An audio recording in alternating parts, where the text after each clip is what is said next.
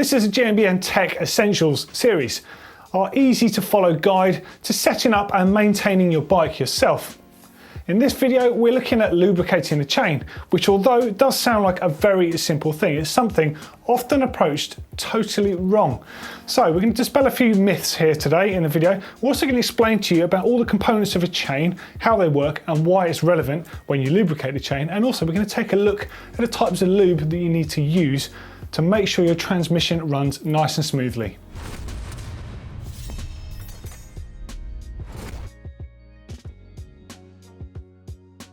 Now, mountain bikes have a lot of technology on them, a lot of very advanced things going on, yet they still use the age-old chain to propel them.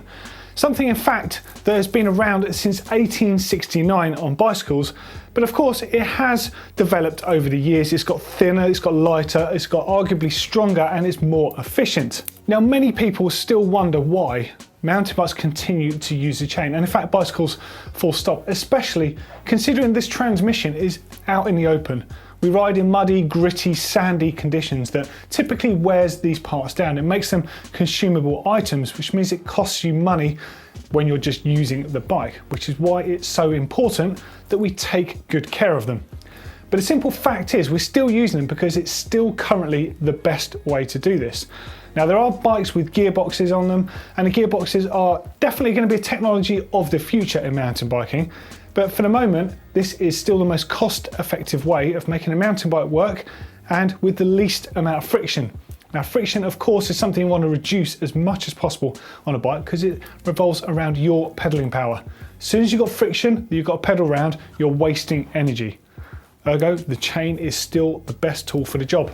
Now, understanding how a chain works and its components are key in order to lubricating a chain correctly, because you quite often see people just pouring, like literally saturating their chains with unnecessary amounts of oil, which sometimes can make things worse. So let's take a little look at the chain. So first up, you're going to see these outer plates here. These are the wider stance plates, and then you've got the inner plates that are sandwiched by them. And the whole lot sandwiches together over a roller that rotates around an inner bush, and a pin punches it all together. Now, the roller is really the only part of a chain that needs lubrication. This is the part that rotates. It rotates around the bush on the inside, which of course will wear out and does wear out in time if it's not lubricated, or if it's over lubricated and there's loads of muck and grime in there. Basically, you're going to be turning that around. It's like sanding it away. Now, the name of the game is to keep everything clean and to use the correct amount of lube and the correct lube for the type of riding you're doing, the duration of riding you're doing, and the conditions that you ride in. Now, when it comes to lubrication, there are a lot of confusing options available on the market, especially when it comes to road cycling, because they have wax lubes, they have ceramic lubes, you've got spray lubes, you've got wet lubes, and you've got dry lubes. But really, when it comes to mountain biking, in my honest opinion, there's only two that actually matter: a good wet lube and a good dry lube. Every mountain biker will need two options for that, and they vary depending on the conditions that you ride in and the time of year you go riding. Now, a wet lube, as you might think, is a wet lubricant. It's generally quite thick and viscous, and its job is to hold the lubricating particles in place. So there will be lubricating particles floating within the lube, and the idea is that you lube those rollers on the chain, you allow it to penetrate, but also you leave a coating of that lubricant on the chain. And as well as keeping the chain lubricated, it also protects the chain. Some lubricants have corrosion inhibitors built into them, and basically it protects it from the environment. Now, whilst wet lubes are very, very good at their job, if you were to use them in drier conditions or sandy conditions, they can actually make things worse for you because they can attract all of the worst stuff that you do not want near your transmission. And this effectively makes up sort of a horrible grinding paste, and as you're pedaling, you are literally spending money on your bike. You are wearing things out. So it's really important to only use wet lube in the conditions that you need it in. So the other option you need, perhaps if you're going to have two lubricants, change of season is the way I would suggest using them, is a dry lubricant. Now, as misleading as the name sounds, a dry lubricant is still actually wet. It's a solvent lube, and inside that solvent carrier, let's call that, there are lubricating particles. It's a liquid form when you apply it to the chain, and the liquid solvent helps those particles get into those rollers and the pins of the chain where it needs to be. Then typically the solvent will evaporate or dry up, forming like a film over the top of the chain. Now the idea of this is the chain then feels dry to the touch, but the lubricant is where it needs to be.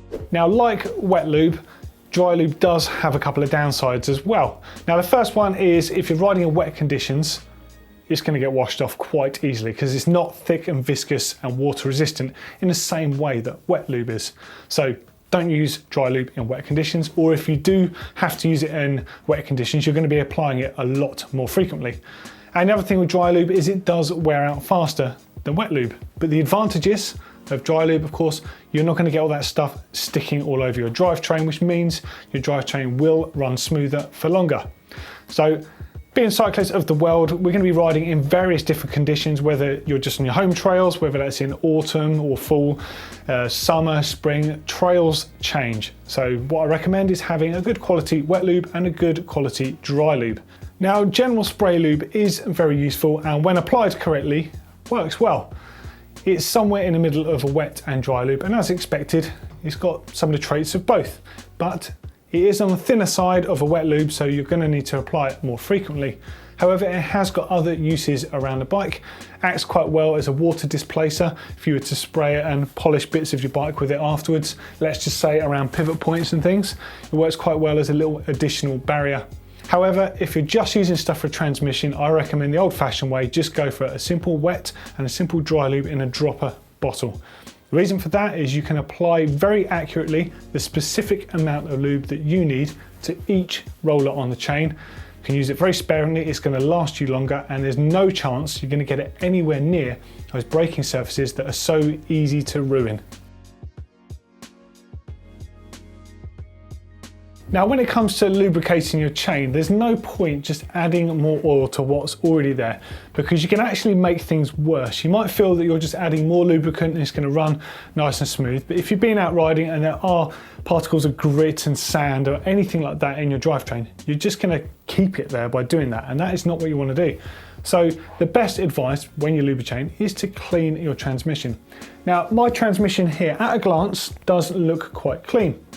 But actually, when you go a bit closer and you actually look at those rollers, you can see quite a lot of muck on there. Now, it would be all too easy just to run it around with a fresh coat of lube on there and hit the trails, but that's not the best practice to do.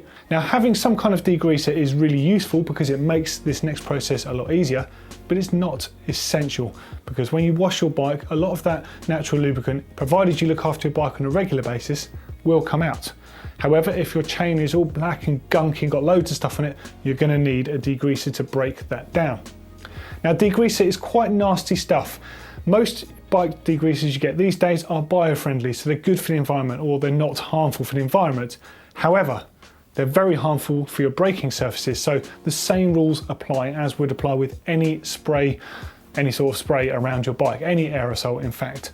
Just avoid getting them anywhere near your braking surfaces.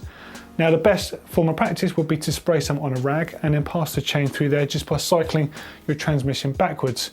Of course, make sure the rag doesn't get tangled up in any of the sprockets, because it'll get pulled in, and you can also get your fingers pulled in there as well. Common sense really, just take note of what's going on. Now, another option, and a lot of houses have this, is classic WD-40. Now, WD-40 is in fact a lubricant, but it also has a solvent base to it, which means it can break down lubricant. Now, on a transmission like this, I don't think I actually need to use degreaser at this stage. I know where I've been riding, I know the conditions, and I know it's still running pretty smooth. It's just picked up some muck on the way. So some WD-40 on a rag, and again, run the chain through that, will actually remove quite a lot of that nasty stuff. Then I'm free to lubricate the chain and go about my business. Now, when it comes to actually applying the lubricant, just have a little think about this first. So we know that dry lubricant needs to get into the rollers, and then effectively it will dry up around the chain. So technically it doesn't matter where you lubricate your chain on your transmission. Now, sometimes you see people lubing the chain on the top here. If you're using a wet lube, that's not good practice. I'll tell you why in a minute. But for a dry lube, it's quite acceptable because it's going to go into the chain itself and soak in. Now, what I recommend doing is actually the same for wet and dry lube, is applying it on the inside of the links. Now, the reason for that is you can cycle the chain backwards through the transmission as you're doing this. You can monitor the chain as it's going past. It's very easy to be nice and accurate. For a dry lube, it doesn't make quite as much difference because it's still going to go into those links and rollers and do its job. But for wet lube, if you're applying it here, you need part of the residue of wet lube to remain on the chain. This is the part of the chain that contacts, like the inside part of the chain, contacts the sprockets all the way around.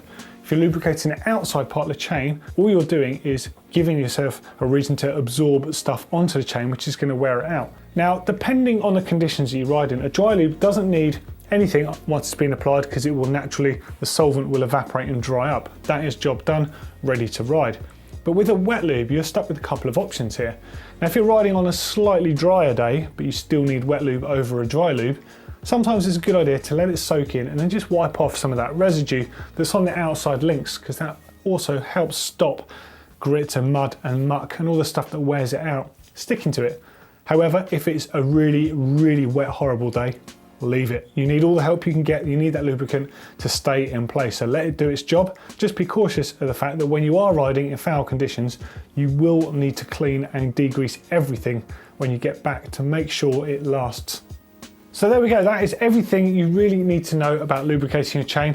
And like I emphasized from the beginning of the video, all you need is a simple wet and dry lubricant and some rags. That is the fundamentals. Anything else will improve your experience with the bike, but that is all you really need to make sure your transmission runs nice and smoothly. Now, if you want to find out how to deep clean your transmission, that's quite a few steps up, but it's quite an informative video. Click down there. And if you want to know a bit more about all the different types of greases, lubricants, compounds, etc. that are available for bikes, click up there. It's a bit of a minefield.